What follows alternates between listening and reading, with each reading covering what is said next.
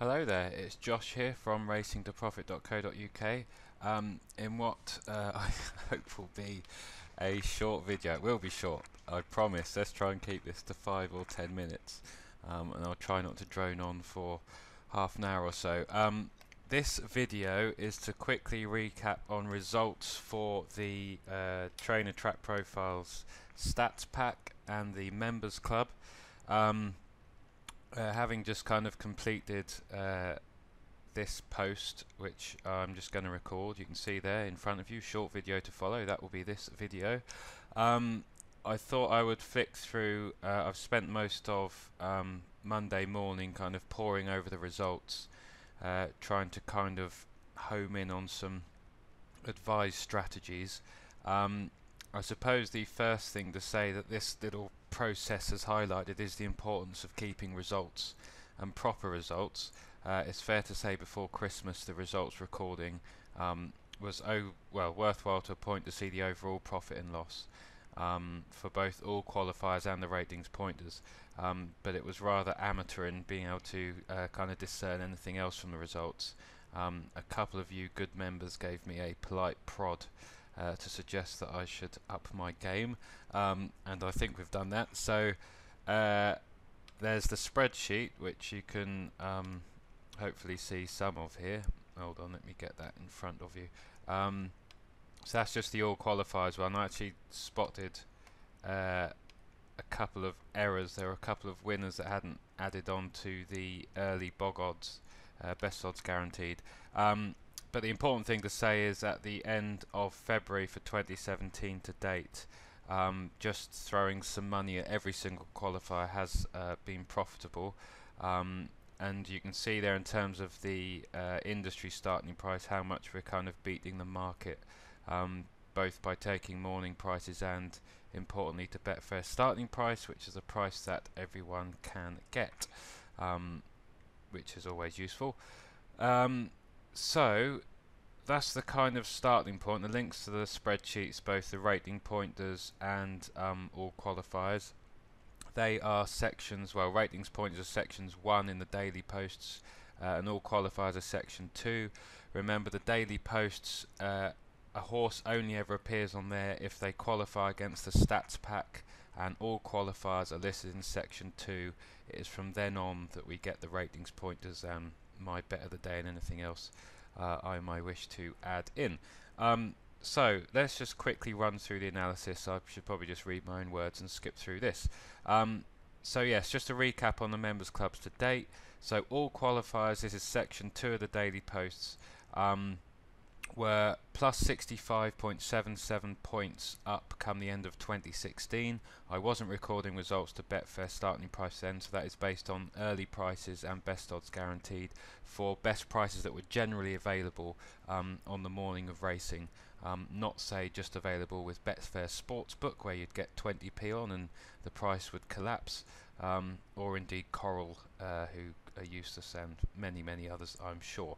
Anyway, so they were profitable there. In 2016, as you just saw in that spreadsheet, all qualifiers at the end of February were on plus 45.61 points. So that's a grand total at the end of February since the kind of members club was launched and the daily members posts were launched at the start of October, the start of the main jump season really, of plus 111 points. That's just if you backed everything in section 2.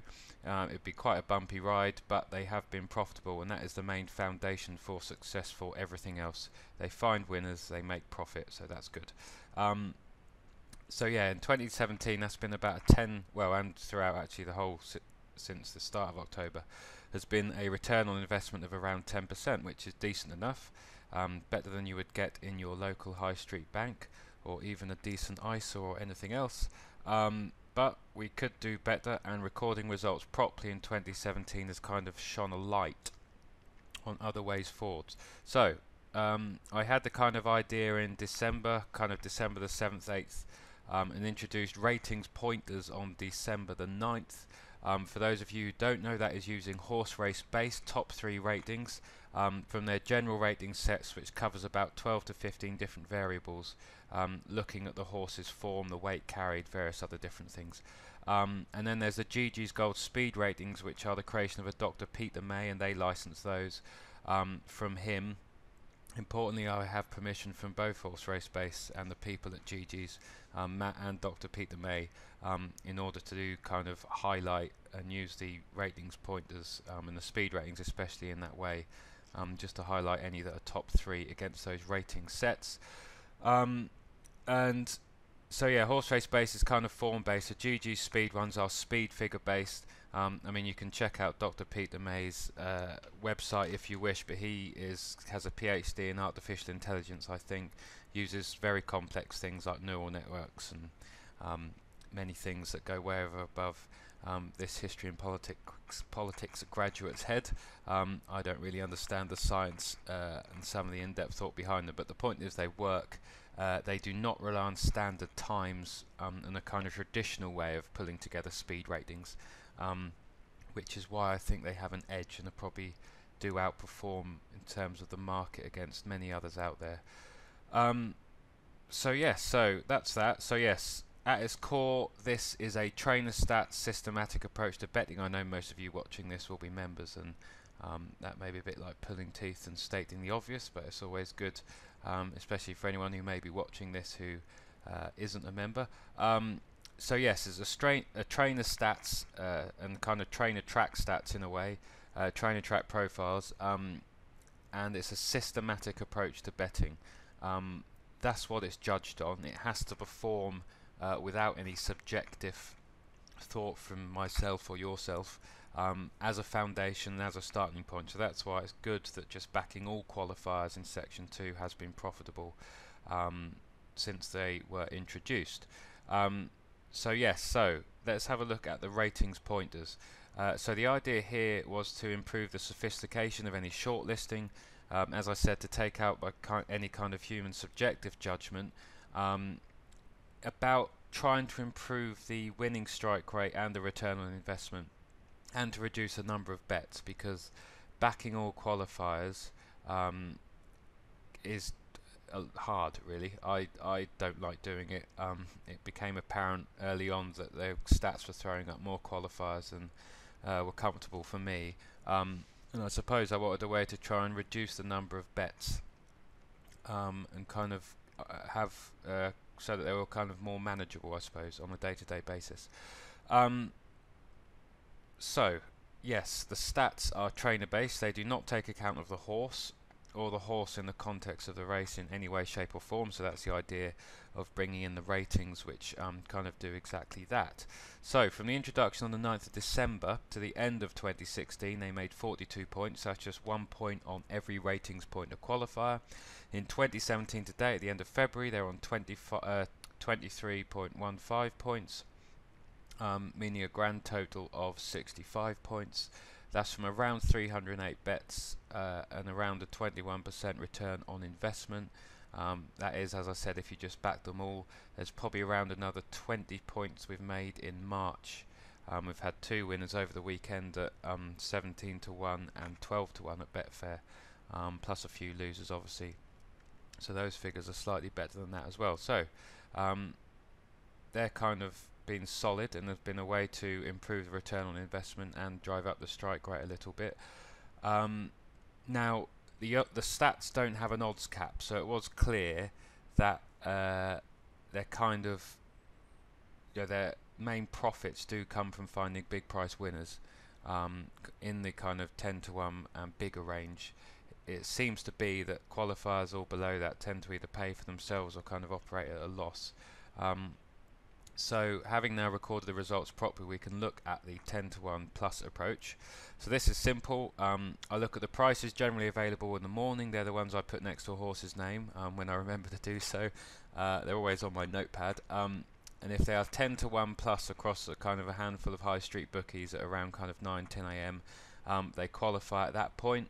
Or also if they drift out to 10 to 1 industry starting price, or they're sent off at 10 to 1 or bigger Betfair starting price, which is obviously at decimal odds 11.0. You can enter these minimum odds on Betfair. Kind of on your computer, there's a little box you can tick at the right hand side at the top. When you click Betfair starting price, you can set the minimum odds. So you can set a minimum of 11.0 for any that are shorter and that may drift out and therefore qualify. So the results on those in January, the 10 to 1 qualifiers were a staggering 16 from 116 plus 158 points profit. That is after commission. We all thought we'd struck gold. Clearly we were never going to make that every month. That would be a bit silly. The betting gods decided to have their way, and in February they were a measly 3 from 106 and minus 71 points. Some people, naming no names, kind of weren't necessarily backing every single 10 to 1 shot runner, and thought at the end of January, having seen the results, it might be quite a good idea to try for kind of £2.50 and £5 bets. 71 points, well, you can do the maths. That was a thoroughly enjoyable month. Many people left during February, having joined or trialled in kind of mid-February, probably thinking, what the hell is going on? This guy's telling us to back horses that are 10 to 1 or bigger, and we're losing lots of money. So yes, that wasn't fun. Now, having looked through from the start of October to the end of January, all 10 to 1 shots or bigger were plus 260 points. So come the end of February, backing all 10 to 1 plus qualifiers in section 2 of the Daily Post has won 189 points. So in 2017 to date, that is 18 from 222, about an 8% win strike rate, plus 87 points. Around a 40% return on investment, which isn't bad. We've had 2 10 to 1 winners in March so far. I think 2 from 4. So yeah, they've added another kind of 25 plus points and have gone through the 100-point barrier again. So they're certainly a more profitable way than just backing all qualifiers regardless of odds in section 2. So that kind of isn't really advised now, really, because we can see the results, and kind of focusing on the bigger priced ones is the place to be. Now we've got the ratings pointers approach, which I've discussed already, and the idea of the ratings pointers 10 to 1 plus approach, so any horses in section 1 that also happens to qualify on that 10 to 1 and above approach. And I'll get on to advised strategies in a moment, but this is looking like probably one of the best starting points, I think. So in 2017, at the end of February, 56 bets, 7 wins, 12.5% win strike rate, 47 points, 84% return on investment. They wiped their face in February, losing about 1 point.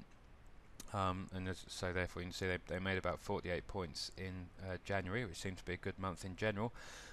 So far in March, 5 days in, these qualifiers are 2 from 4, plus 27 points. So in total they're 9 from 60 bets, plus 74 points.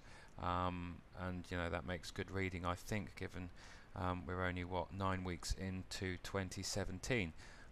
It should be noted those stats include 133 to 1 winner at Betfair starting price, but they will find the odd big price horse, and even if you strip that out and that didn't exist, the stats would still look decent, I think. So that's the ratings pointers 10 to 1 and bigger. Next we've got ratings pointers top rated, so I had a look at those top rated runners to see how they got on.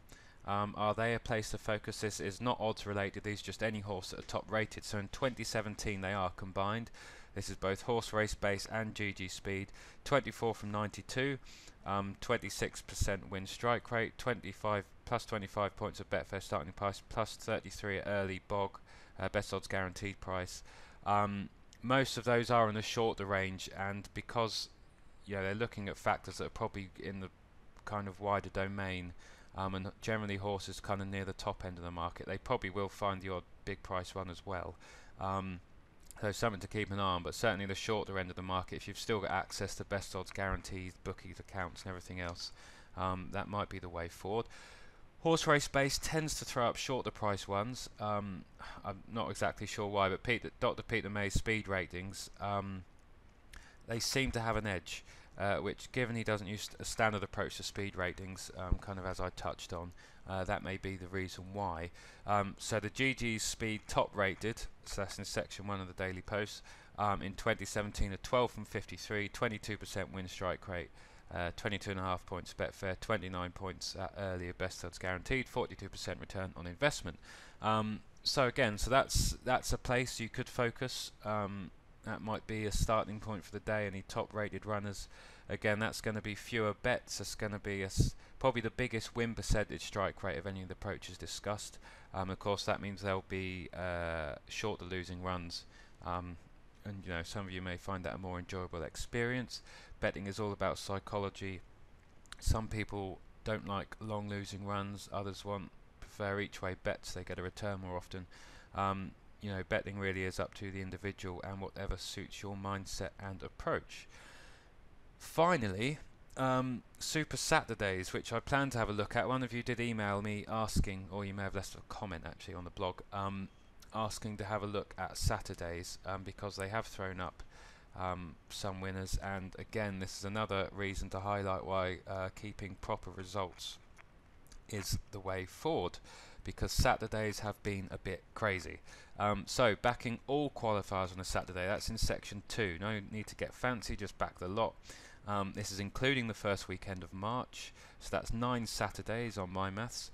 124 bets, 20 wins, 16% win strike rate, and a massive 145 points to Betfair starting price.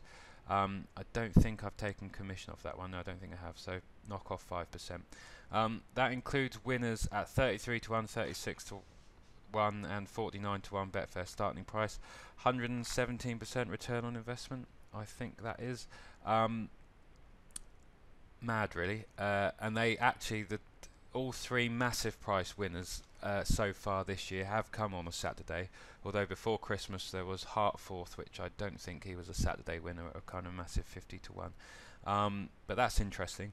The ratings pointers on a Saturday are 9 from 44, so just the Saturday qualifiers, just backing ratings pointers horses on a Saturday, 9 from 44 plus 45.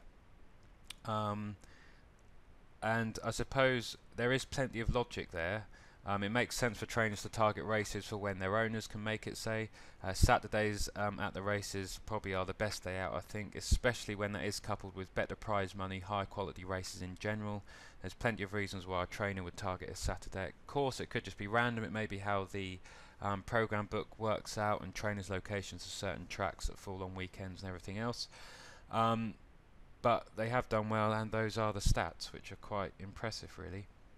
And they will be interesting to monitor moving forwards. So, where does that leave us as I try and rattle on? And of course, I've overshot any time limit I tried to impose on myself with this video. So, I should apologise, really, because at times in 2017 it has seemed a bit on the hoof in terms of maybe mixed messages of saying this is the best approach to the stats, blah, blah, blah, blah. At least come the start of the proper jump season next October, November, I think we will be in a much clearer place, and hopefully those of you who have remained will be clear in your own mind about the best way to approach these stats. So it is bringing some clarity to the situation. I kind of think there's one main strategy that we can focus on as a starting point. So I think I'm happy to recommend sticking to the ratings pointers 10 to 1 plus approach. This is if you're after one systematic approach as a foundation. No subjective thought required. I think it's the one to go with. They're averaging around 1 bet a day, and it's quite a stress-free approach, especially compared with some of the others. Now there will be regular losing runs of 10, 20, sometimes bigger, but the winners do make up for it, and you can see how quickly it can change in just the 5 days of March, plus 27 points just like that. That was after a superb January and a quiet Feb. So in 2017 to date, as I said, 9 from 60 plus 74 points, 123% return on investment. From this systematic foundation, you can then approach everything else as you please, really. You may just want to leave it at that. You may be looking at top rated runners in more depth, especially the GG Speed top rated, and of course Saturdays. You may want to take another look at any runners on a Saturday, especially in any bigger price ones. I think it is wise with these stats to keep an eye on any other big price horses that qualify in section 2, especially the monster ones that are 20 to 1 or bigger. You've seen there from the stats before, we've had 3 winners so far this year at 33, 36 and 49 to 1. They pay for quite a few losers in the 20 to 1 plus range, but you don't get loads of qualifiers at that end anyway. So yeah, these have tended to win on Saturdays so far, but they will pop up every now and then elsewhere as well, and we don't like missing those. That does hurt and is very painful. So that's strategy 1. Strategy 2, Super Saturdays. I think we probably, we can wait and get some more evidence for this, and hence the question mark there, I suppose. But it is looking like the day or a day to focus on, especially with the bigger price horses. Like I said, there is some logic and some method behind the madness for why Saturdays may be performing better on the stats. Of course, there's competitive fields as well, larger fields, which means the prices may generally be bigger. Like I said, I will go through finer detail at some point. I mean, I did just have a quick look at shorter price horses. So up to the end of the Feb, as an example, those that were 6 to 1 or shorter were 3 from 16 minus 6 points. So again, actually looking at Saturdays and the kind of 7, 8 to 1 plus or bigger horses may be a place to focus also. We saw from the Saturday just gone in early March, Thomas Crapper winning. He was available at a double figure price, wasn't on the ratings pointers, as an example. So yes, 124 bets, 20 wins, 16% win strike rate on Saturdays, plus 145 points. Lovely. We like that very much. Strategy 3, I mean, you could just ignore those two and just back every 10 to 1 shot or bigger. Strictly speaking, they have been the most profitable. You have to be brave. It is a very, very bumpy ride. You've seen what happened in February. You could lose 70 points 1 month. That has happened, so clearly can happen again. Or you can have a January where you win 158 points. March has started off alright with a couple of 10 to 1 winners so far. So yeah, there can be long losing runs. That won't suit everyone psychologically. Sometimes there may be too many bets for some users, some members as well. But of course it will ensure you never miss a monster price winner. So that's that really for now. You may wish to combine elements of all of those. I've tried to present the information as best I can, and having now recorded results properly, my eyes are being opened as to the best way forward. As always, any questions, polite criticism is welcome. Do post a comment below, or you can email me and I'll get back to you as soon as I can. I obviously want to make this experience as best it can be for both yourself and myself, and trying to work out the best way to profit from my own sodding sats has been a challenge at times, but I think we are getting there. Ratings pointers 10 to 1 or bigger, which I've been betting myself systematically for a few weeks now, and kind of weaving our way through any other qualifiers, the information on the GG, Speed, top rated, and now importantly I think Saturdays, is very, very interesting and something we can hopefully all use moving forward.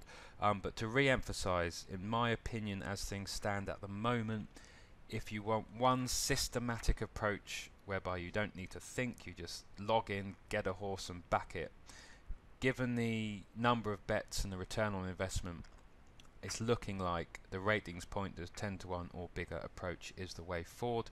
And either betting those, if they're, well, I've recorded results all to Betfair starting price, but how you bet them is clearly up to you. Some horses will shorten, some will drift. Certainly with any bigger price horses, I'd go on Betfair Exchange, because we've had some 25 to 1 winners that have come in at 50 to 1 at Betfair starting price as an example. So I think I will leave that there. Hopefully you've found this video, which is probably not short at all, but hopefully the time has flown by, and that you have found that useful. As I said, do post any comments below or questions below the video if you have any, or drop me an email. I will continue. I need to update results for the kind of last week, and I'll do another review, maybe not in such depth, but I will look at all those strategies and update results accordingly at the end of March as well. So yeah, I will leave that there. This is Josh saying thanks for watching, and until the next time, bye for now.